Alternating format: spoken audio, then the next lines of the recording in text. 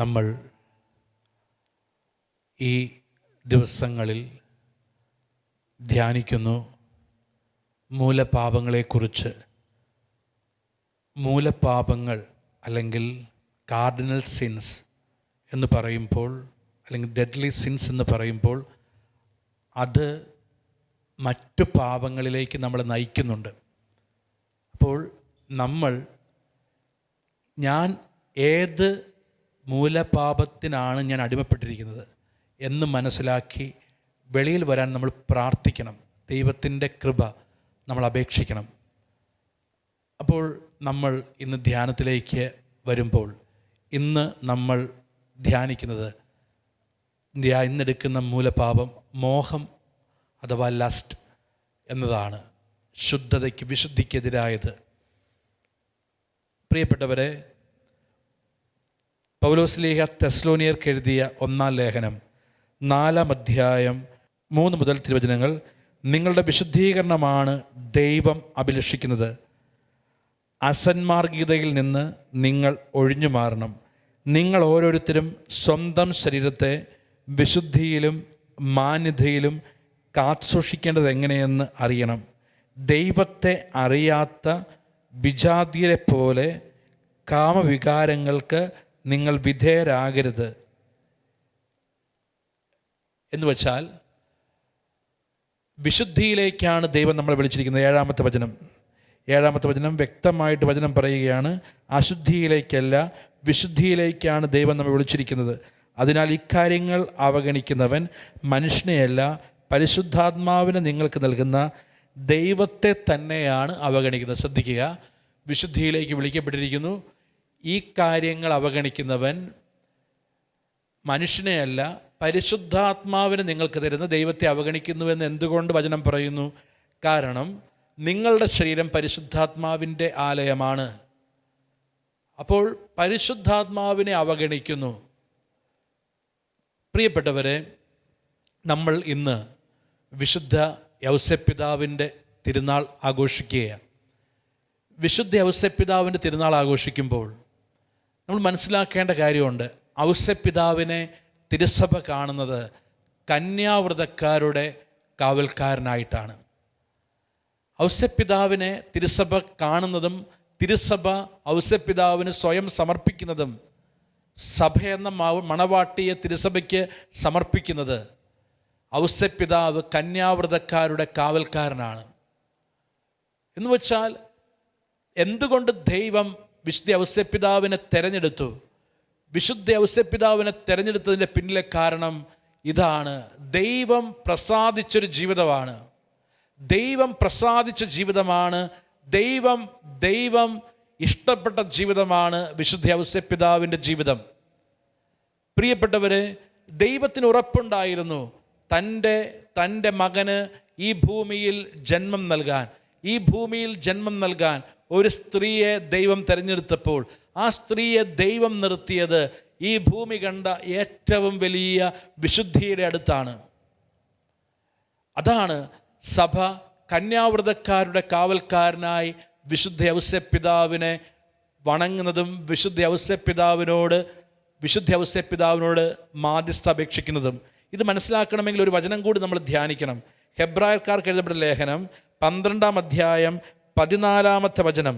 ഹെബ്രായർ 12:14. പ്രിയപ്പെട്ടവരെ, അങ്ങനെ വചനം പറയുകയാണ്: എല്ലാവരോടും സമാധാനത്തിൽ വർദ്ധിച്ച് വിശുദ്ധിക്ക് വേണ്ടി പരിശ്രമിക്കുവിൻ. വിശുദ്ധി കൂടാതെ കർത്താവിനെ ദർശിക്കുവാൻ സാധിക്കുകയില്ല. വിശുദ്ധി കൂടാതെ കർത്താവിനെ ദർശിക്കുവാൻ സാധിക്കുകയില്ല. നമുക്കറിയാം, പരിശുദ്ധ അമ്മ കൃപ നിറഞ്ഞവളെന്ന് സഭ പറയുന്നു, അല്ലേ? അമലോത്ഭവ എന്നാണ് പറയുന്നത്. ഉറപ്പായിട്ടും പരിശുദ്ധ അമ്മ, ഈ ഭൂമിയിൽ പരിശുദ്ധ അമ്മയുടെ കണ്ണുകളാണ് ആദ്യം യേശുവിനെ കണ്ടത്. രണ്ടാമത് യേശുവിനെ കാണണമെന്ന് സ്വർഗം ആഗ്രഹിച്ചത് ജോസഫിൻ്റെ കണ്ണുകളാണ്. രണ്ടാമത് യേശുവിനെ കണ്ടത് ജോസഫിൻ്റെ കണ്ണുകളാണ്. വചനം പറയുന്നത്, ഇനി വായിക്കുക, വിശുദ്ധി കൂടാതെ ആർക്കും ദൈവത്തെ ദർശിക്കുവാൻ സാധ്യമല്ല. പുൽക്കൂട്ടിലേക്ക് നോക്കിയാൽ മാത്രം മതി. ആദ്യം യേശുവിനെ ദർശിച്ച 2 പേരവിടെ നിൽപ്പുണ്ട്. ഒന്ന് പരിശുദ്ധ അമ്മ, ഒന്ന് യൗസേപ്പിതാവ്. വിശുദ്ധി കൂടാതെ ആർക്കും ദൈവത്തെ ദർശിക്കുവാൻ സാധ്യമല്ല എന്ന് ഹെബ്രായർ ലേഖനത്തിൽ പറയുമ്പോൾ ഈ സ്വർഗം ഒരു കുടുംബത്തെ കാണിച്ചു തരികയാണ്, അല്ലേ? ഒരു ദമ്പതിയെ കാണിച്ചു തരികയാണ്. വിശുദ്ധ യൗസേപ്പിതാവ് എന്ന ദാമ്പത്യം, വിശുദ്ധ യൗസേപ്പിതാവ് എന്ന കുടുംബനാഥൻ, മറിയം എന്ന കുടുംബനാഥ, അവരുടെ ദാമ്പത്യ ജീവിതത്തിൽ അവരാരെ ദർശിച്ചു? അവർ രക്ഷയെ ദർശിച്ചു. ഒരു ദാമ്പത്യ ജീവിതം രക്ഷ കാണണമെങ്കിൽ ആ ദാമ്പത്യ ജീവിതം വിശുദ്ധി പാലിക്കണം. ഒരു സമർപ്പിത ജീവിതം രക്ഷ കാണണമെങ്കിൽ ആ സമർപ്പിത ജീവിതം വിശുദ്ധി പാലിക്കണം. വിശുദ്ധി കൂടാതെ ആർക്കും ദൈവത്തെ ദർശിക്കുവാൻ സാധ്യമല്ല.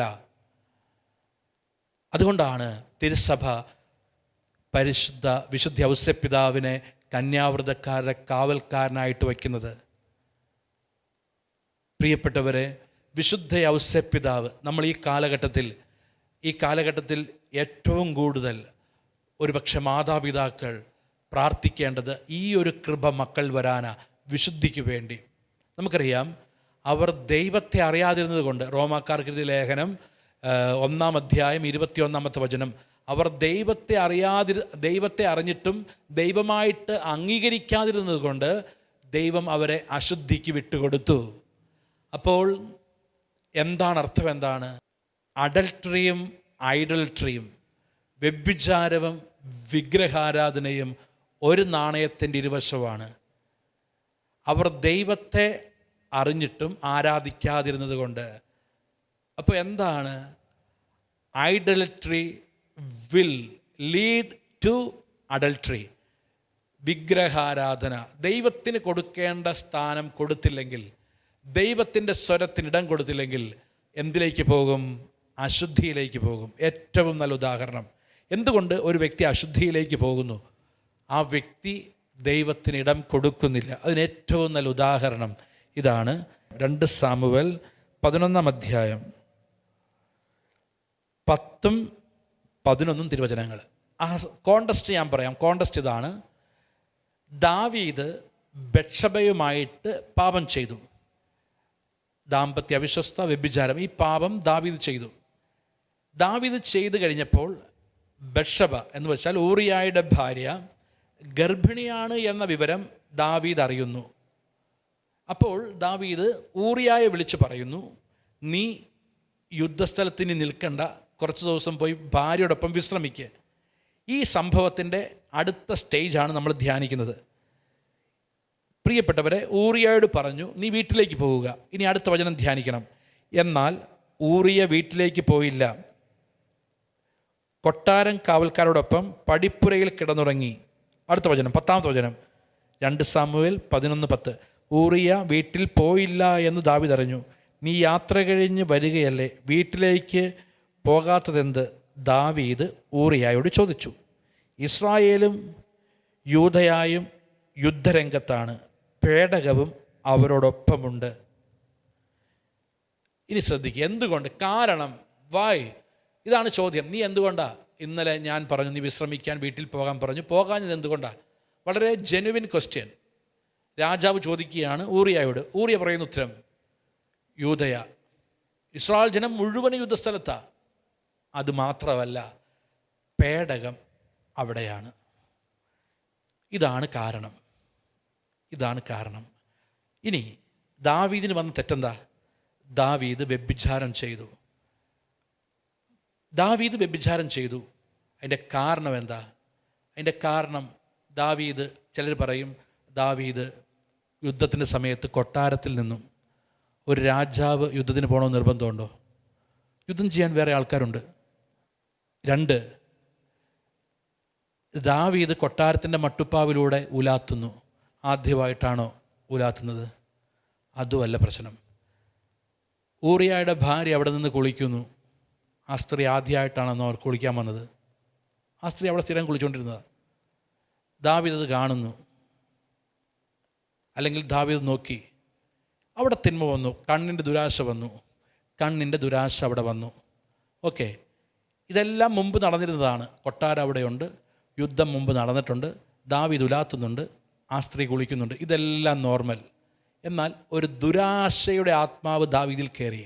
എങ്ങനെ? ഇതാണ് ചോദ്യം. മുമ്പ് നടന്നിരുന്നതെല്ലാം അവിടെ നടക്കുന്നുണ്ട്. മുമ്പ് നടന്ന കാര്യങ്ങൾ, ആ കൊട്ടാരം അവിടെയുണ്ട്, ദാവീദ് ഉലാത്തുന്നുണ്ട്, എല്ലാം ഉണ്ട്. പക്ഷെ ഒരു കാര്യമില്ല, ഒരു കാര്യം അവിടെ കുറവുണ്ട്. എന്തവിടെയില്ല? അന്ന് ആ കൊട്ടാരത്തിൽ ദാവീദ് ഉലാത്തുമ്പോൾ ഒരു കാര്യത്തിൻ്റെ കുറവുണ്ട്. ആ കൊട്ടാരത്തിൽ വാഗ്ദാന പേടകമില്ല. അതാണ് ഊറിയ പറയുന്ന ഉത്തരം. പേടകം യുദ്ധസ്ഥലത്താണ്. ഇനി വായിക്ക് എന്തുകൊണ്ട് ദാവീദ് തിന്മയിലേക്ക് പോയി? അവിടെ പേടകമില്ല, അത്രയേ ഉള്ളൂ കാരണം.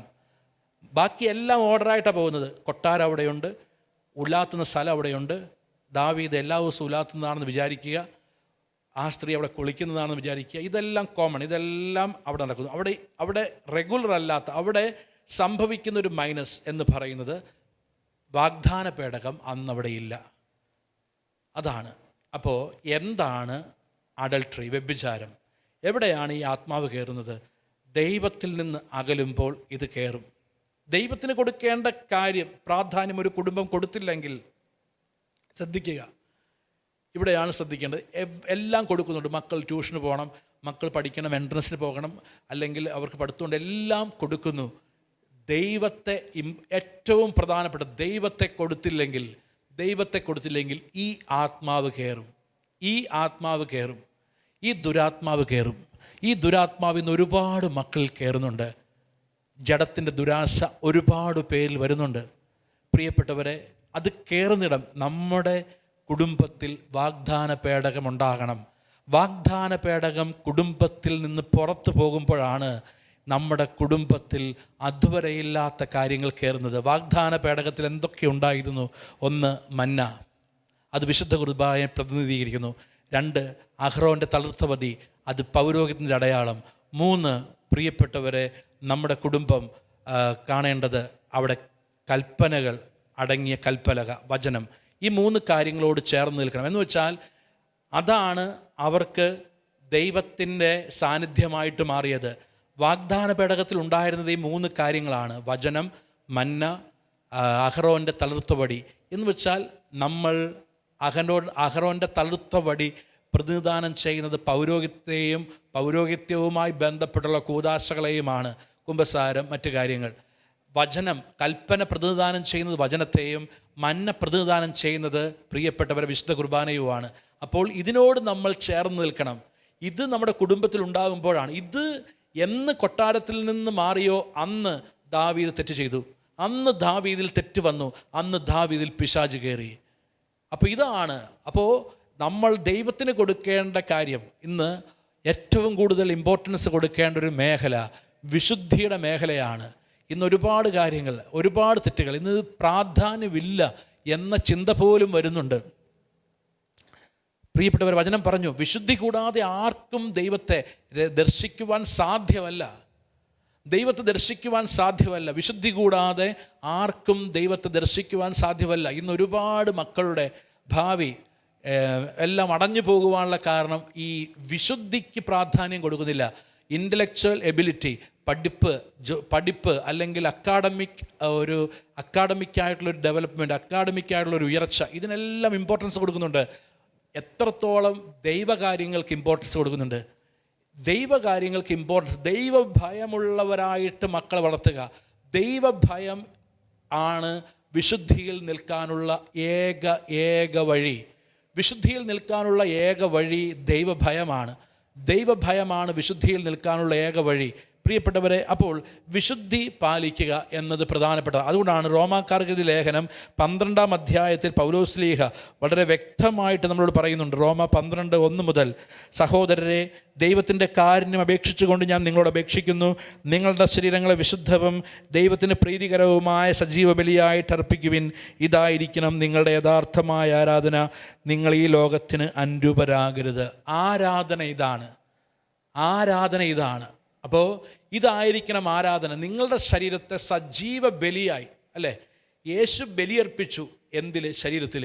നിങ്ങളുടെ ശരീരത്തെ ബലിയായിട്ട് അർപ്പിക്കുക. ഇതാകണം ആരാധന. നിങ്ങളുടെ ശരീരത്തെ വിശുദ്ധവും ദൈവത്തിന് പ്രീതികരവുമായ സജീവ ബലിയായിട്ട് അർപ്പിക്കുക എന്ന് വെച്ചാൽ എൻ്റെ ശരീരത്തെ വിശുദ്ധവും ദൈവത്തിന് പ്രീതികരവുമായ എന്ന് വെച്ചാൽ ദൈവത്തിന് കടന്നു വരാൻ പറ്റുന്ന, ദൈവത്തിന് ഉൾക്കൊള്ളാൻ പറ്റുന്ന, ദൈവത്തിന് കാണാൻ പറ്റുന്ന, ദൈവത്തിന് കയറി വരാൻ പറ്റുന്ന ഒരു ജീവിതമായിട്ട് എൻ്റെ ജീവിതത്തെ മാറ്റുക.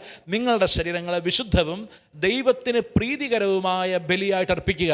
ഇന്ന് സംഭവിക്കുന്ന വലിയ അപകടം എന്ന് പറയുന്നത് പ്രിയപ്പെട്ടവരെ ഈ ഒരു തകർച്ചയാണ്. ഈ ഒരു തകർച്ച, വിശുദ്ധി നഷ്ടപ്പെടുന്നു കുട്ടികളിൽ, മക്കളിൽ വിശുദ്ധി നഷ്ടപ്പെടുന്നു, ദാമ്പത്യ ജീവിതത്തിൽ വിശുദ്ധി നഷ്ടപ്പെടുന്നു. വിശുദ്ധി കൂടാതെ ദൈവത്തെ കാണാൻ പറ്റില്ല. ഒരു ദാമ്പത്യ ജീവിതത്തിൽ ദൈവത്തെ കാണണമെങ്കിൽ, മക്കൾ അവരുടെ ജീവിതത്തിൻ്റെ പ്രതിസന്ധികളിൽ നാളെ ദൈവത്തെ കാണണമെങ്കിൽ ഒറ്റ നിബന്ധനയേ ഉള്ളൂ: വിശുദ്ധി നിർബന്ധമായിട്ടും സൂക്ഷിക്കുക എന്നത് ഏറ്റവും പ്രധാനപ്പെട്ട കാര്യമാണ്.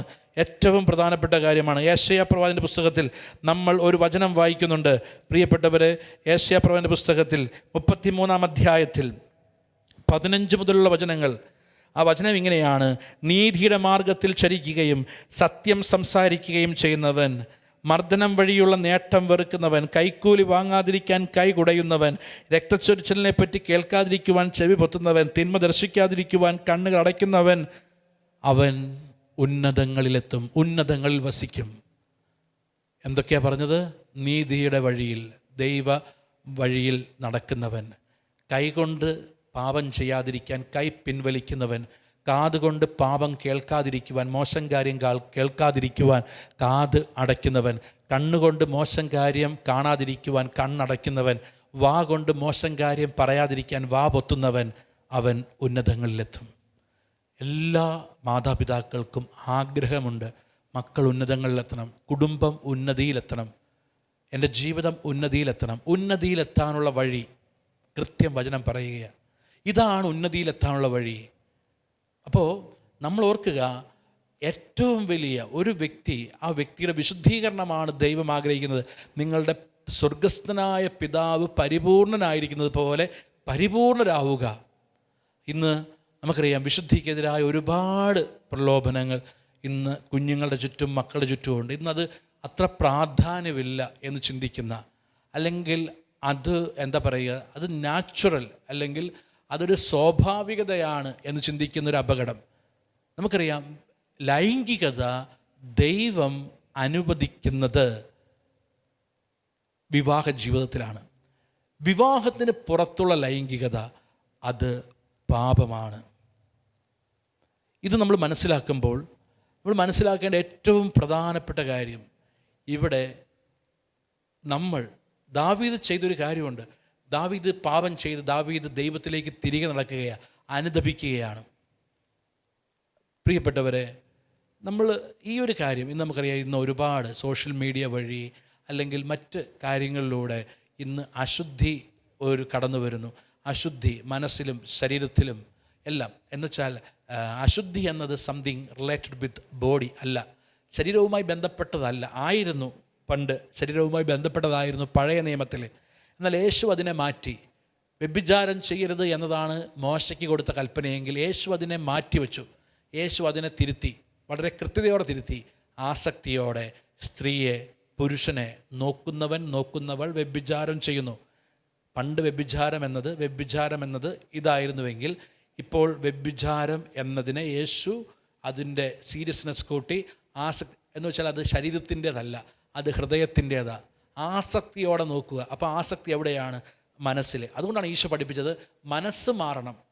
It is not something body. ശരീരം മാറണമെന്നല്ല, മനസ്സ് മാറണം. കാരണം മനസ്സാണ്. ഈശോ പഠിപ്പിച്ചത് എന്താ? കൃത്യമാണ് ഈശോയുടെ പഠനം.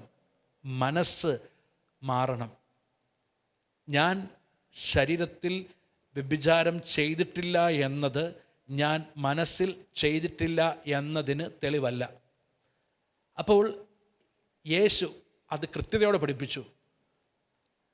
ആസക്തിയോടെ നോക്കുന്നു, അവൾ വ്യഭിചാരം ചെയ്യുന്നു. അപ്പോൾ ഇത് നമ്മൾ ഓർക്കേണ്ടത്, ഇത് ശരീരത്തിൻ്റെ ഒരു പുണ്യമല്ല, അത് മനസ്സിൻ്റെ കൂടി പുണ്യമാണ്.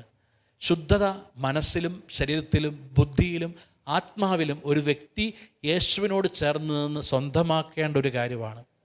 അപ്പോൾ നമ്മൾ ഏറ്റവും പ്രധാനപ്പെട്ടത് ഈ ശുദ്ധത. അപ്പം നമ്മൾ ഈ ദിവസങ്ങളിൽ ഇത് മൂലപാപങ്ങൾ ധ്യാനിക്കുമ്പോൾ ഈ നമ്മൾ സ്വാഭാവികമായിട്ട് എക്സ്റ്റേണലി നമ്മൾ നോക്കുന്നത്, ഞാൻ ആരെയും വഞ്ചിച്ചിട്ടില്ല, ഞാൻ വ്യഭിചാരം ചെയ്തിട്ടില്ല, ഞാൻ ഒന്നാമത്തെ കൽപ്പന ലംഘിച്ചിട്ടില്ല, ഞാൻ ഞായറാഴ്ച കുർബാന മുടങ്ങിയിട്ടില്ല, ഞാൻ എന്തിനാണ് ഈ മൂലപാപങ്ങൾ പറഞ്ഞത്? ഇത് നമ്മളിലുണ്ട്. ഇതിലൂടെ പിശാച് ബന്ധിച്ചിടുന്നു. ഇതിലൂടെ അപ്പോൾ ഈ 7 ദിവസങ്ങളിൽ, നമ്മൾ ഈ 50 ദിവസങ്ങളിൽ 7 ദിവസം നമ്മൾ കൃത്യതയോടെ മാറ്റിവെച്ചത് ഇതിനെക്കുറിച്ച് ഗൗരവമായിട്ട് ചിന്തിക്കാനാണ്. ഇതിനെക്കുറിച്ച് ചിന്തിക്കണം, എന്നിട്ട് നമ്മൾ ധ്യാനിക്കണം.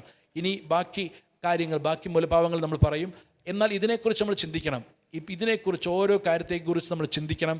ഓരോ കാര്യത്തെയും കുറിച്ച് ചിന്തിച്ച് എനിക്കെങ്ങനെ ഈ മേഖലയിൽ വിശുദ്ധീകരിക്കപ്പെടുവാൻ സാധിക്കും, എനിക്ക് എങ്ങനെ ഈ മേഖലയിൽ വിശുദ്ധീകരണം അനുഭവിക്കാൻ പറ്റും. വിശുദ്ധി കൂടാതെ ആർക്കും ദൈവത്തെ ദർശിക്കുവാൻ സാധ്യമല്ല. പ്രിയപ്പെട്ടവരെ, ഇന്ന് സഭ വിശുദ്ധ ഔസേപ്പിതാവിൻ്റെ തിരുനാൾ ആഘോഷിക്കുമ്പോൾ നമ്മൾ കാണുന്നത് വിശുദ്ധിക്ക് അങ്ങേയറ്റം പ്രാധാന്യം കൊടുത്തൊരു വ്യക്തി. നമ്മുടെ കുടുംബത്തെ വിശുദ്ധ ഔസേപ്പിതാവിന് സമർപ്പിക്കുമ്പോൾ ഏറ്റവും കൂടുതൽ പ്രാർത്ഥിക്കേണ്ടത്, ഈ കാലഘട്ടത്തിൽ ഏറ്റവും കൂടുതൽ വേണ്ടത് ആ പിതാവിൻ്റെ ശുദ്ധത എന്ന പുണ്യമാണ്. ആ ശുദ്ധത എന്ന പുണ്യത്തിലാണ് നമ്മുടെ കുടുംബം വളരേണ്ടത്. അതിനാൽ കുടുംബനാഥന്മാർ, എന്നെ ശ്രവിച്ചുകൊണ്ടിരിക്കുന്ന കുടുംബനാഥന്മാർ, എന്നെ ശ്രവിച്ചുകൊണ്ടിരിക്കുന്ന അമ്മമാർ, എന്നെ ശ്രദ്ധിച്ചുകൊണ്ടിരിക്കുന്ന മക്കൾ പ്രാർത്ഥിക്കേണ്ടത്, ഔസേപ്പിതാവിൻ്റെ മുമ്പിൽ പ്രാർത്ഥിക്കേണ്ടത് ശുദ്ധത എന്ന പുണ്യം തരണമേ എന്നാണ്. ശുദ്ധത എന്ന പുണ്യം തരണമേ എന്നാണ്. ശുദ്ധത എന്ന പുണ്യത്തിൻ്റെ എങ്ങനെയാണ് വന്നത്? ഔസേപ്പിതാവ് തൻ്റെ ഇഷ്ടത്തെ എല്ലാം മാറ്റി ദൈവത്തിൻ്റെ ഇഷ്ടത്തിന് 1-ാം സ്ഥാനം കൊടുത്തു. ദൈവത്തിൻ്റെ ഇഷ്ടത്തിന് മാത്രം 1-ാം സ്ഥാനം കൊടുത്തു. പ്രിയപ്പെട്ടവരെ, അപ്പോൾ അതാണ് ശുദ്ധതയുള്ള വ്യക്തിയുടെ പ്രത്യേകത. ദൈവത്തിൻ്റെ ഇഷ്ടത്തിന് 1-ാം സ്ഥാനം കൊടുക്കും. 2, വിശുദ്ധിയുള്ള പ്രത്യേകത എന്താ? വിശുദ്ധിയുള്ള പ്രത്യേകത ഇതാണ്, എന്ത് ത്യാഗവും മറ്റൊരാൾക്ക് വേണ്ടി ഏറ്റെടുക്കും. ജോസഫ് അതാണ്. വിശുദ്ധിയുടെ പ്രത്യേകത എന്താ? വിശുദ്ധിയുടെ പ്രത്യേകത ഇതാണ്. പ്രിയപ്പെട്ടവരെ, ആ വ്യക്തി ഒരിക്കലും മറ്റൊരാളെ അപമാനിക്കില്ല, അല്ലേ? വിശുദ്ധ ഔസേപ്പിതാവിനെ കുറിച്ച് പറയുന്നത് എന്താ? അവളെ അപമാനിതയാക്കാൻ ഇഷ്ടപ്പെട്ടില്ല. അപ്പോൾ നമ്മൾ ഈ വിശുദ്ധിയിൽ വളരുമ്പോൾ നമ്മൾ ദൈവസ്നേഹത്തിൽ വളരും. ദൈവം നമ്മുടെ അടുത്ത് വരുന്ന അനുഭവം ഉണ്ടാകും. അതിനാൽ അനുദിന ജീവിതത്തിൽ വിശുദ്ധിയിൽ വളരുവാനുള്ള കൃപ നൽകണമേ എന്ന് നമുക്ക് പ്രത്യേകം പ്രാർത്ഥിക്കാം. ആരാധനയിൽ നമ്മൾ ഇന്ന് ധ്യാനിക്കുന്ന വചനം ഇതാണ്. 1 തെസ്സലോനി 4:7. അശുദ്ധിയിലേക്കല്ല വിശുദ്ധിയിലേക്കാണ് ദൈവം നമ്മെ വിളിച്ചിരിക്കുന്നത്. 1 Thessalonians chapter 4 verse 7. അശുദ്ധിയിലേക്കല്ല വിശുദ്ധിയിലേക്കാണ് ദൈവം നമ്മെ എന്ന് പറയുമ്പോൾ ഓരോ വ്യക്തിയും പ്രാർത്ഥിക്കേണ്ടത് അശുദ്ധിയിലേക്കല്ല വിശുദ്ധിയിലേക്കാണ് ദൈവം എന്നെ വിളിച്ചിരിക്കുന്നത്. ഈ വിശുദ്ധിയിലേക്ക് നമ്മൾ വളരുവാൻ വേണ്ടി നമുക്ക് പ്രാർത്ഥിക്കാം.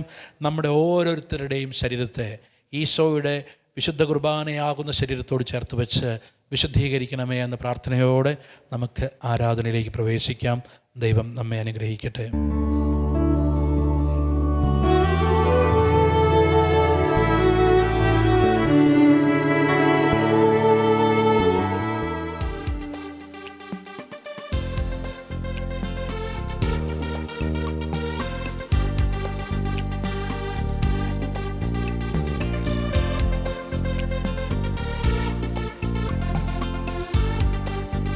സർവശക്തൻ നീ എൻ്റെ ദൈവം, സർവവും നീ ഉളവാക്കിയല്ലോ. സർവശക്തൻ നീ എൻ്റെ ദൈവം, സർവവും നീ ഉളവാക്കിയല്ലോ. നീ യോഗ്യൻ പരിശുദ്ധൻ, എല്ലാ സ്തുതി ബഹുമാനവും നിനക്കു മാത്രം. നീ യോഗ്യൻ പരിശുദ്ധൻ, എല്ലാ സ്തുതി ബഹുമാനവും നിനക്കു മാത്രം. ഞങ്ങൾ ആരാധിക്കുന്നു, അങ്ങേ സ്തുതിച്ചിടുന്നു. ദൈവം അത്ഭുതങ്ങൾ നമ്മിൽ ചെയ്തിടുന്നു. ഞങ്ങൾ ആരാധിക്കുന്നു, അങ്ങേ സ്തുതിച്ചിടുന്നു. ദൈവം അത്ഭുതങ്ങൾ നമ്മിൽ ചെയ്തിടുന്നു.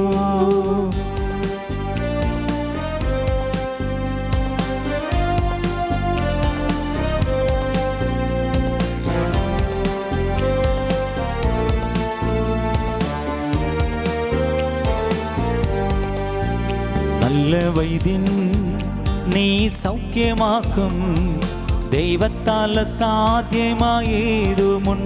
നല്ല വൈദ്യൻ നീ സൗഖ്യമാക്കും. ദൈവത്താൽ അസാധ്യമായതുമുണ്ടോ?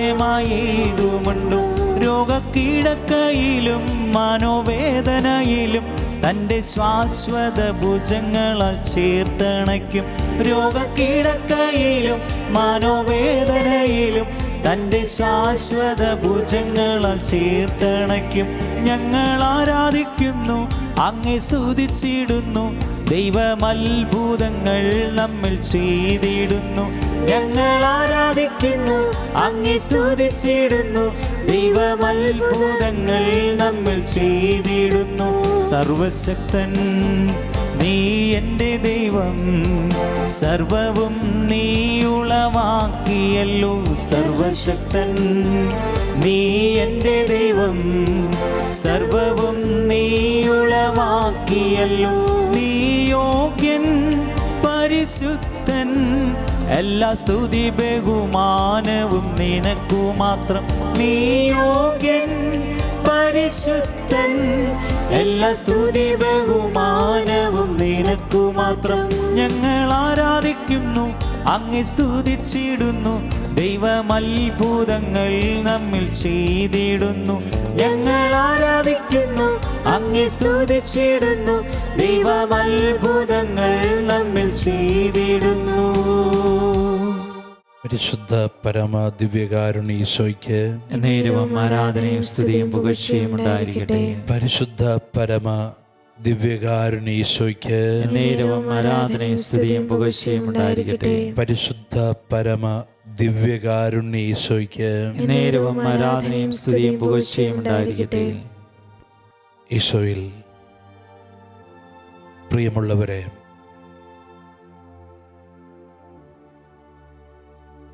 നമ്മൾ ഇന്ന് ധ്യാനിക്കുന്നത് അനേകം പേരെ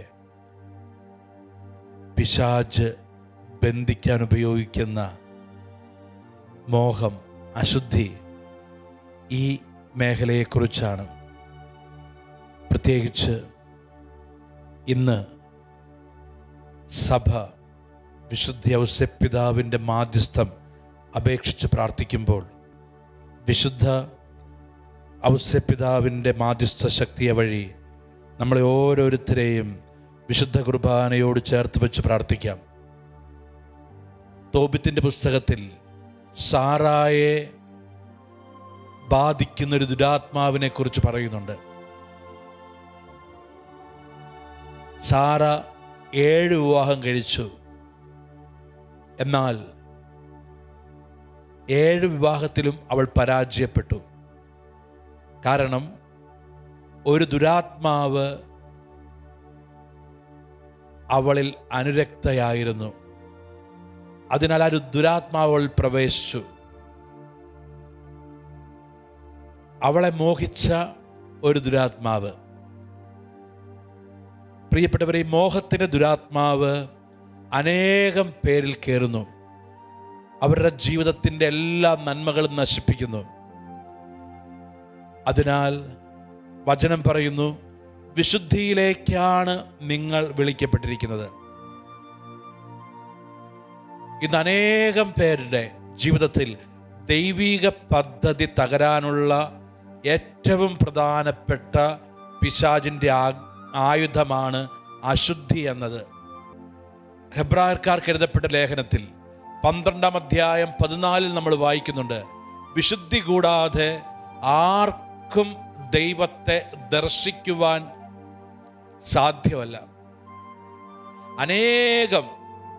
അനേകം പേരുടെ ജീവിതത്തിലേക്ക് നമ്മുടെ കണ്ണുകൾ യേശുവിനെ കാണേണ്ട, യേശുവിൻ്റെ നന്മ കാണേണ്ട, യേശുവിൻ്റെ രക്ഷ കാണേണ്ട കണ്ണുകൾ അശുദ്ധമായ കാര്യങ്ങൾ കാണുന്നു.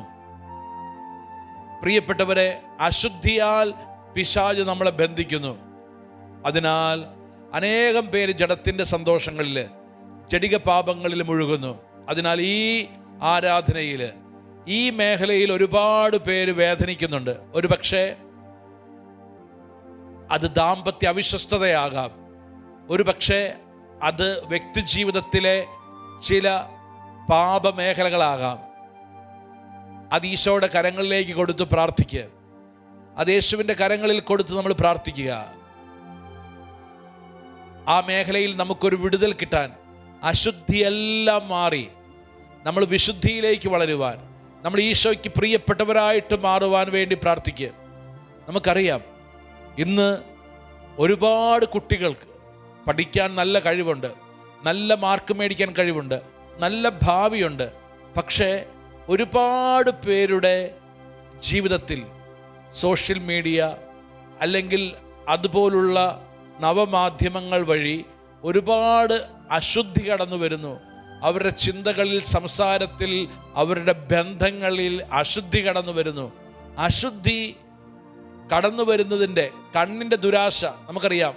കണ്ണിൻ്റെ ദുരാശ, ജഡത്തിൻ്റെ ദുരാശ, ഇങ്ങനെ ലോകത്തിലുള്ളതൊന്നും ദൈവത്തിൻ്റെതല്ല. അപ്പോൾ ഈ കണ്ണിൻ്റെ ദുരാശ, ജഡത്തിൻ്റെ ദുരാശ ജീവിതത്തിൽ വരുമ്പോൾ സംഭവിക്കുന്ന പ്രധാനപ്പെട്ട കാര്യം, അവിടെ ദൈവിക പദ്ധതി പരാജയപ്പെടുന്നു. നമുക്ക് ഒരു നിമിഷം പൂർണ്ണമായിട്ട് സമർപ്പിക്കാം. ഇപ്പോൾ ഒരു പക്ഷേ ഏതെങ്കിലും മാതാപിതാക്കൾ, ഏതെങ്കിലും വ്യക്തികൾ തങ്ങളുടെ ജീവിതത്തിൽ മക്കളെ ഓർത്തോ, അല്ലെങ്കിൽ തൻ്റെ ജീവിതത്തിൽ ഈ ഒരു പാപമുണ്ട്. നമ്മൾ ആവർത്തിച്ച് പറയുന്നൊരു കാര്യമുണ്ട്, ഈ ദിവസങ്ങളിൽ നമ്മൾ നോക്കേണ്ടത് നമ്മുടെ ഉള്ളിലേക്കാണ്, ശുദ്ധീകരിക്കേണ്ടത് നമ്മുടെ അകമാണ്. നമ്മുടെ അകം ശുദ്ധീകരിക്കുക, നമ്മുടെ ഉള്ള് മിഴിവുള്ളതാക്കുക, ഉള്ളിനെ കുറച്ചുകൂടി പ്രകാശമാനമാക്കുക, ഉള്ളിലെ അന്ധകാരത്തെ മാറ്റിക്കളയുക, യേശുവാകുന്ന പ്രകാശത്തിന് നമ്മുടെ ഉള്ളിൽ ഇടം കൊടുക്കുക. ഇതാണ് നമ്മൾ ഈ ധ്യാനത്തിലൂടെ ലക്ഷ്യം വയ്ക്കുന്നത്. അതിനാൽ ഇപ്പോൾ ഒരു പക്ഷേ നമ്മുടെ കുടുംബത്തിൽ കിടക്കുന്ന ഒരു ബന്ധനം, അല്ലെങ്കിൽ പല കാര്യങ്ങളും നമ്മൾ പ്രാർത്ഥിച്ചിട്ടും അധ്വാനിച്ചിട്ടും ഉയരാത്തതിന് കാരണം ഈ പൈശാചിക ശക്തി, ഈ തിന്മയുടെ അരൂപി, ഈ അശുദ്ധാത്മാവ് നമ്മളെ ബന്ധിച്ചിടുന്നു. ആ മേഖലയിൽ നിന്ന് വിടുതൽ കിട്ടാൻ, വിശുദ്ധി നമ്മളിൽ വരാൻ, അശുദ്ധിയെല്ലാം മാറിപ്പോകാൻ ആഗ്രഹിച്ച് നമുക്കൊന്ന് സ്തുതിച്ച് പ്രാർത്ഥിക്കാം. Hallelujah, hallelujah, hallelujah. യേശുവേ ആരാധന, ആരാധന, ആരാധന, ആരാധന, ആരാധന, ആരാധന, ആരാധന, ആരാധന, ആരാധന, ആരാധന, ആരാധന, ആരാധന, ആരാധന, ആരാധന. യേശുവേ, യേശുവേ, യേശുവേ, യേശുവേ. അശുദ്ധിയെല്ലാം ചാരമാകട്ടെ, ഞങ്ങൾ തിളങ്ങുന്ന മുത്താകട്ടെ. അശുദ്ധിയെല്ലാം ചാരമാകട്ടെ, ഞങ്ങൾ തിളങ്ങുന്ന മുത്താകട്ടെ.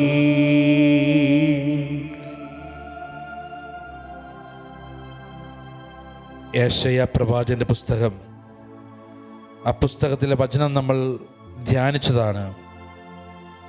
യെശയ്യാ 33:15 മുതൽ വചനങ്ങൾ. നീതിയുടെ മാർഗത്തിൽ ചരിക്കുകയും സത്യം സംസാരിക്കുകയും ചെയ്യുന്നവൻ, മർദ്ദനം വഴിയുള്ള നേട്ടം വെറുക്കുന്നവൻ, കൈക്കൂലി വാങ്ങാതിരിക്കാൻ കൈ കുടയുന്നവൻ, രക്തച്ചൊരിച്ചിലിനെ പറ്റി കേൾക്കാതിരിക്കുവാൻ ചെവി പൊത്തുന്നവൻ, തിന്മ കാണാതിരിക്കുവാൻ കണ്ണുകളെ അടയ്ക്കുന്നവൻ, അവൻ ഉന്നതങ്ങളിൽ വസിക്കും. ദൈവത്തിൻ്റെ വഴിയിൽ നടക്കുന്നവൻ, മോശം കാര്യം കേൾക്കാതിരിക്കുവാൻ കാത് അടയ്ക്കുന്നവൻ, മോശം കാര്യം ചെയ്യാതിരിക്കുവാൻ കൈ പിൻവലിക്കുന്നവൻ, മോശം കാര്യം കാണാതിരിക്കുവാൻ കണ്ണ് പൊത്തുന്നവൻ, മോശം കാര്യം സംസാരിക്കാതിരിക്കുവാൻ വാ അടയ്ക്കുന്നവൻ, അവൻ ഉന്നതങ്ങളിലെത്തും, അവൻ ഉന്നതങ്ങളിൽ വസിക്കും. പ്രിയപ്പെട്ടവരെ, ദൈവം ആഗ്രഹിക്കുന്നത് ഒരു വ്യക്തിയുടെ ഉയർച്ചയാണ്, നല്ല പദ്ധതിയാണ്. എന്നാൽ ഈ ഉയർച്ച ചിലപ്പോൾ നല്ല പഠിക്കാൻ കഴിവുള്ളവർ ഉയർച്ചയിലെത്തുന്നില്ല. പഠിക്കാൻ കഴിവുണ്ടായിരുന്നു, നമ്മൾ അധ്വാനിക്കുന്നതിനനുസരിച്ച് ഉയർച്ച ഉണ്ടാകുന്നില്ല, അല്ലെങ്കിൽ ആ സന്തോഷം, ഉയർച്ചയുടെ സന്തോഷം നമ്മുടെ ഉള്ളിലുണ്ടാകുന്നില്ല. എക്സ്റ്റേണൽ, ബാഹ്യമായ ഉയർച്ച മാത്രമല്ല, എനിക്ക് അതിൽ ആത്മീയമായ സന്തോഷവും സമാധാനമുണ്ട്. പ്രിയപ്പെട്ടവരെ, അത് വിശുദ്ധി കൂടാതെ ലഭ്യമല്ല. അതിനാൽ വിശുദ്ധിക്ക് വേണ്ടി പ്രാർത്ഥിക്കുക. തെസ്സലോനിക്കക്കാർക്ക് എഴുതുമ്പോൾ വചനം വളരെ വ്യക്തമായിട്ട് നമ്മളോട് പറയുന്നുണ്ട്. 1 തെസ്സലോനിക്ക 4 അധ്യായം 3 മുതൽ വചനങ്ങൾ. നിങ്ങളുടെ വിശുദ്ധീകരണമാണ് ദൈവം അഭിലഷിക്കുന്നത്. അസന്മാർഗികതയിൽ നിന്ന് നിങ്ങൾ ഒഴിഞ്ഞു മാറണം. നിങ്ങൾ ഓരോരുത്തരും സ്വന്തം ശരീരത്തെ വിശുദ്ധിയിലും മാന്യതയിലും കാത്തുസൂക്ഷിക്കേണ്ടത് എങ്ങനെയെന്ന് അറിയണം. അടുത്ത വചനം നമ്മൾ ഇന്ന് ധ്യാനിക്കുന്ന, ആവർത്തിച്ച് പ്രാർത്ഥിച്ച് അഭിഷേകം സ്വീകരിക്കേണ്ട വചനം 7-ാമത്തെ വചനമാണ്. അശുദ്ധിയിലേക്കല്ല വിശുദ്ധിയിലേക്കാണ് ദൈവം നമ്മെ വിളിച്ചിരിക്കുന്നത്. അശുദ്ധിയിലേക്കല്ല വിശുദ്ധിയിലേക്കാണ് ദൈവം നമ്മെ വിളിച്ചിരിക്കുന്നത്. പ്രിയപ്പെട്ടവരെ, ഹെബ്രായർക്കാർക്ക് എഴുതപ്പെട്ട ലേഖനത്തിൽ വചനം പറഞ്ഞു, വിശുദ്ധി കൂടാതെ ദൈവത്തെ ദർശിക്കുവാൻ സാധിക്കില്ല. നമ്മൾ ഓർക്കുക, പരിശുദ്ധ അമ്മ ആണ് ആദ്യം യേശുവിനെ കണ്ടത്. പരിശുദ്ധ അമ്മ അമലോത്ഭവയാണ്. യേശു എന്ന രക്ഷ കണ്ടത് പരിശുദ്ധ അമ്മയെക്കുറിച്ച് വചനം പറയുന്നു, അവൾ അമലോത്ഭവയാണ്. പ്രിയപ്പെട്ടവരെ, വിശുദ്ധ ഔസേപ്പിതാവാണ് യേശുവിനെ കണ്ടത് ഏറ്റവും ആദ്യം. ഇവർ രണ്ടുപേരുമാണ്. ഔസേപ്പിതാവ് നമുക്കറിയാം, കന്യാവ്രതക്കാരുടെ കാവൽക്കാരൻ, വിശുദ്ധിയുടെ പൂർണ്ണതയാണ്. അപ്പോൾ നമ്മളുടെ അനുദിന ജീവിതത്തിൽ രക്ഷ കാണണമെങ്കിൽ, രക്ഷ നമ്മളുടെ അടുത്ത് വരണമെങ്കിൽ, നമ്മൾ നിർബന്ധമായിട്ടും നമ്മൾ ഉണ്ടാകേണ്ട ഒരു പ്രധാനപ്പെട്ട പുണ്യം വിശുദ്ധിയാണ്. വിശുദ്ധി കൂടാതെ ദൈവത്തെ ദർശിക്കുവാൻ, രക്ഷ ദർശിക്കുവാൻ, അനുഗ്രഹം ദർശിക്കുവാൻ നമുക്ക് സാധ്യമല്ല. നമുക്ക് പ്രാർത്ഥിക്കാം. അതിനാലാണ് പൗലോസ്ലീഹ പറയുന്നത്, നിങ്ങളുടെ ശരീരത്തെ വിശുദ്ധവും ദൈവത്തിന് പ്രീതികരവുമായ ബലിയായിട്ട് അർപ്പിക്കണം. ഇതാകണം യഥാർത്ഥമായ ആരാധന. യേശു ഏറ്റവും വലിയ ആരാധന എന്താണ്? ഏറ്റവും വലിയ ആരാധന വിശുദ്ധ കുർബാനയാണ്. വിശുദ്ധ കുർബാന എന്താണ്? യേശുവിൻ്റെ ശരീരമാണ്.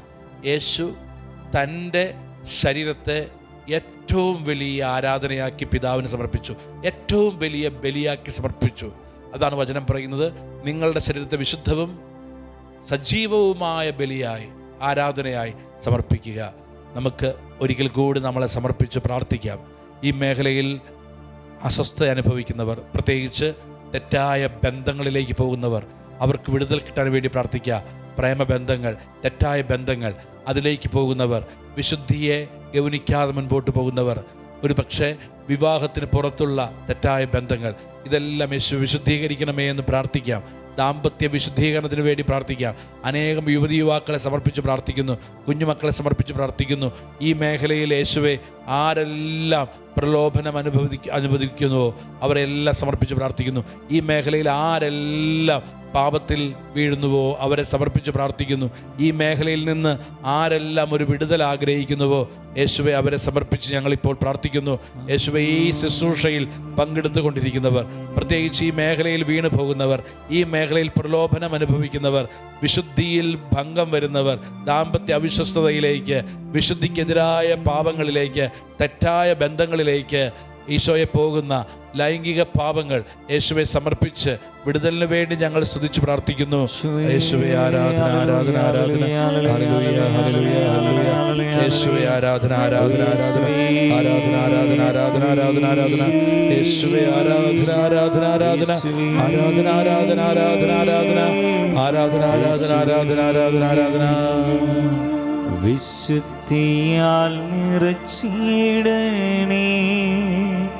യേശുവേ, വിശുദ്ധിയാൽ നിറച്ചിടണേ വിശുദ്ധിയാൽ നിറച്ചിടണേ യേശുവേ, വിശുദ്ധിയാൽ നിറച്ചിടണേ. എൻ ദേഹവും ആത്മാവും മാനസവും പൂർണ്ണമായി പവിത്രീകരിച്ചിടണേ. എൻ ദേഹവും ആത്മാവും മാനസവും പൂർണ്ണമായി പവിത്രീകരിച്ചിടണേ. പ്രിയപ്പെട്ടവരെ, ഒരു നിമിഷം നമ്മളെ സമർപ്പിച്ച് പ്രാർത്ഥിക്കുക. എല്ലാ ദമ്പതികൾക്ക് വേണ്ടി പ്രാർത്ഥിക്കുക. വിവാഹ തടസ്സം നേരിടുന്ന എല്ലാ യുവതി യുവാക്കളെയും സമർപ്പിച്ച് പ്രാർത്ഥിക്കുക. പ്രത്യേകിച്ച് നീണ്ട ദിവസങ്ങൾ അല്ലെങ്കിൽ വർഷങ്ങളായി വിവാഹാലോചന നടക്കുന്നു, എന്നാൽ ചേർന്ന ജീവിത പങ്കാളിയെ ലഭിക്കുന്നില്ല. അങ്ങനെ വിവാഹ തടസ്സം. ജോസഫിനോട് പറഞ്ഞു, മറിയത്തെ ഭാര്യയായി സ്വീകരിക്കുവാൻ ശങ്കിക്കേണ്ട, അവളെ സ്വീകരിക്കുക.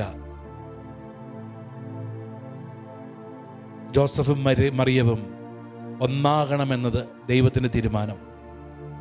എല്ലാ ദാമ്പത്യ ജീവിതവും ദൈവത്തിൻ്റെ തീരുമാനമാണ്. ദൈവത്തിൻ്റെ തീരുമാനത്തിൻ്റെ കീഴിലെ ദൈവത്തിൻ്റെ രക്ഷ നമുക്ക് അനുഭവിക്കാൻ പറ്റൂ. അതിനാൽ വിവാഹം തടസ്സം നേരിടുന്ന എല്ലാ യുവതി യുവാക്കളെയും യേശുവെ സമർപ്പിച്ച് പ്രാർത്ഥിക്കുന്നു. ദാമ്പത്യ ജീവിതത്തിൽ വലിയ ദുഃഖങ്ങളിലൂടെ കടന്നു പോകുന്ന എല്ലാ ദമ്പതികളെയും സമർപ്പിക്കുന്നു. മക്കളില്ലാത്ത എല്ലാ ദമ്പതികൾക്കും വേണ്ടി പ്രാർത്ഥിക്കുന്നു. ഇപ്പോൾ ഈ പറഞ്ഞ നിയോഗങ്ങൾ നമ്മുടെ കുടുംബത്തിൻ്റെ നിയോഗങ്ങളാണെങ്കിൽ അത് സമർപ്പിച്ച് പ്രാർത്ഥിക്കുക. എന്ത് കാര്യത്തിന് വേണ്ടി എൻ്റെ കുടുംബം പ്രാർത്ഥിക്കുന്നു ആ കാര്യത്തിൽ സമർപ്പിക്കുക. യേശുവെ അനുഗ്രഹിക്കണമേ എന്ന് പ്രാർത്ഥിക്കുക. യേശുവെ ആശീർവദിക്കണമേ എന്ന് പ്രാർത്ഥിക്കുക. അനേകം ദാമ്പത്യ ജീവിതത്തിൻ്റെ വിശുദ്ധീകരണത്തിന് വേണ്ടി പ്രാർത്ഥിക്കുക. പ്രിയപ്പെട്ടവരെ, ഒരുപക്ഷെ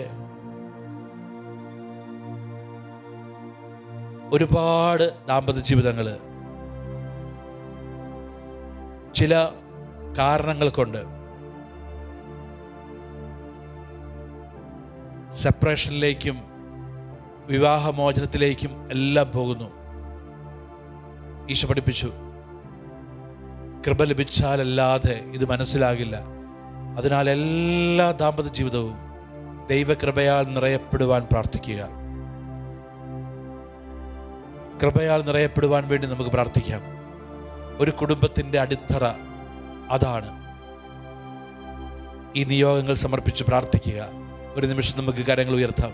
പ്രത്യേകിച്ച് എല്ലാ യുവതി യുവാക്കളെയും യേശുവെ സമർപ്പിക്കുന്നു. ഒരുപാട് ചെറുപ്പക്കാർ, ഒരുപാട് യുവാക്കന്മാർ വിവാഹം നടക്കാതെ ദുഃഖിക്കുന്നവരുണ്ട്. ഒരുപക്ഷെ ഇത് കേട്ടുകൊണ്ടിരിക്കുമ്പോൾ നമ്മുടെ കുടുംബത്തിലുണ്ടാകും. എന്നാൽ ദൈവത്തിനൊരു പദ്ധതിയുണ്ട്. ആ പദ്ധതിയോട് ചേർത്ത് വെച്ച് ഞങ്ങൾ പ്രാർത്ഥിക്കുന്നു. വിവാഹ തടസ്സം നേരുന്ന എല്ലാ യുവതി യുവാക്കളെയും യേശുവെ സമർപ്പിച്ച് ഞങ്ങൾ പ്രാർത്ഥിക്കുന്നു. ദാമ്പത്യ ജീവിതത്തെ യേശുവെ സമർപ്പിച്ച് പ്രാർത്ഥിക്കുന്നു. നമുക്ക് സ്തുതിച്ച് പ്രാർത്ഥിക്കാം. Hallelujah, hallelujah, hallelujah, hallelujah. യേശുവേ ആരാധന. Hallelujah, hallelujah. യേശുവേ ആരാധന, ആരാധന, ആരാധന. Hallelujah, hallelujah, hallelujah, hallelujah, hallelujah, hallelujah, hallelujah, hallelujah. യേശുവേ ആരാധന, ആരാധന, ആരാധന. Hallelujah, hallelujah, hallelujah. യേശുവേ ആരാധന, ആരാധന, ആരാധന, ആരാധന, ആരാധന, ആരാധന, ആരാധന, ആരാധന. അനുഗ്രഹമാ മാറ്റണമേ, ദാസരാം ഞങ്ങളിൽ കനിയണമേ. അനുഗ്രഹമാ മാറ്റണമേ, ദാസരാം ഞങ്ങളിൽ കനിയണമേ. നമ്മൾ ഈ വിശുദ്ധ കുർബാനയുടെ ആശീർവാദം സ്വീകരിക്കാൻ ഒരുങ്ങുമ്പോൾ നമ്മൾ ധ്യാനിക്കുന്ന വചനം 1 തെസ്സലോനിയ 4:7. അശുദ്ധിയിലേക്കല്ല വിശുദ്ധിയിലേക്കാണ് ദൈവം നിങ്ങളെ വിളിച്ചിരിക്കുന്നത്. അശുദ്ധിയിലേക്കല്ല വിശുദ്ധിയിലേക്കാണ് ദൈവം നിങ്ങളെ വിളിച്ചിരിക്കുന്നത്. എന്നിൽ ഏതെങ്കിലും അശുദ്ധിയുടെ പ്രവൃത്തികളുണ്ടെങ്കിൽ ഒരുപക്ഷെ സോഷ്യൽ മീഡിയയുടെ, മൊബൈൽ ഫോണിൻ്റെ ഉപയോഗങ്ങളൊക്കെ വഴി, സൗഹൃദങ്ങൾ വഴി ആണ് എന്നിലേക്ക് ഈ അശുദ്ധിയുടെ ചിന്തകളും പ്രവൃത്തികളും വരുന്നതെങ്കിൽ ദൈവം എന്നെ അതിൽ നിന്ന് വിടുവിക്കണമേ എന്ന് പ്രാർത്ഥിക്കുക. മൊബൈൽ ഫോണിൻ്റെ അടിമത്തം, സോഷ്യൽ മീഡിയയുടെ അടിമത്തം, ഇതിൽ നിന്ന് വിടുതൽ കിട്ടാൻ വേണ്ടി പ്രാർത്ഥിക്കുക. ഇത് കയ്യിൽ വച്ചിട്ട്, ഇതെല്ലാം ഉപയോഗിച്ചിട്ട് നമുക്ക് വിശുദ്ധി സൂക്ഷിക്കാൻ പറ്റും എന്ന് ചിന്തിക്കരുത്. ഇതെല്ലാം കൊണ്ടു നടന്നിട്ട്, ഇതെല്ലാം യഥേഷ്ടം ഒരു അൺകൺട്രോളബിളായി ഇതെല്ലാം ഉപയോഗിച്ചിട്ട്, ഒരു കൺട്രോളും ഇല്ലാതെ ഇതെല്ലാം ഉപയോഗിച്ചിട്ട് എനിക്ക് വിശുദ്ധിയിൽ നിൽക്കാൻ പറ്റും എന്ന് ചിന്തിക്കരുത്. If you want keep holiness, you should keep away from such things. നമ്മൾ വിശുദ്ധി പാലിക്കാൻ ആഗ്രഹിക്കുന്നുണ്ടെങ്കിൽ ഇതുപോലുള്ള കാര്യങ്ങളിൽ നിന്ന് ബോധപൂർവമായ ഒരകലം പാലിക്കണം. അതിനാൽ നോയമ്പ് കാലഘട്ടം അതിനാണ്. ഒരകലം, നമുക്ക് അശുദ്ധിയിലേക്ക് നമ്മളെ നയിക്കുന്ന കാര്യങ്ങളിൽ നിന്ന് അകലം നമുക്ക് പാലിക്കാം. ഈ മേഖലയിൽ വിടുതലിന് വേണ്ടി പ്രാർത്ഥിക്കുക. ഈ വിശുദ്ധി എന്ന പുണ്യത്തിൽ, കൃപയിൽ വളരാൻ ആഗ്രഹിച്ചു പ്രാർത്ഥിക്കുക. വിശുദ്ധി വളരട്ടെ നമ്മളിൽ. നമുക്ക് നമ്മുടെ കുടുംബത്തിൻ്റെ നിയോഗങ്ങളെ ഒരിക്കൽ കൂടി സമർപ്പിച്ച് ഈശോയുടെ ആശീർവാദം സ്വീകരിക്കാം.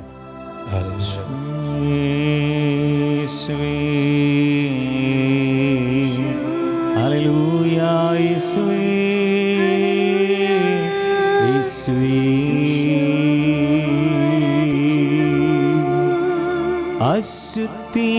അശുദ്ധിയെല്ലാം ചാരമാകട്ടെ, ഞങ്ങൾ തിളങ്ങുന്ന മുത്താകട്ടെ. അശുദ്ധിയെല്ലാം ചാരമാകട്ടെ, ഞങ്ങൾ തിളങ്ങുന്ന മുത്താകട്ടെ. പരിശുദ്ധ പരമാദിവ്യകാരുണ്യത്തിന് എന്നേരവും ആരാധനയും സ്തുതിയും പുകഴ്ചയും ഉണ്ടായിരിക്കട്ടെ.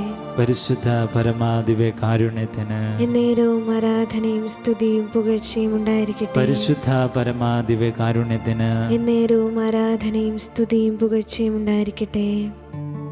ഇന്നത്തെ വചനം 1 തെസ്സലോനിക്ക 4:7. അശുദ്ധിയിലേക്കല്ല, വിശുദ്ധിയിലേക്കാണ് ദൈവം നമ്മെ വിളിച്ചിരിക്കുന്നത്.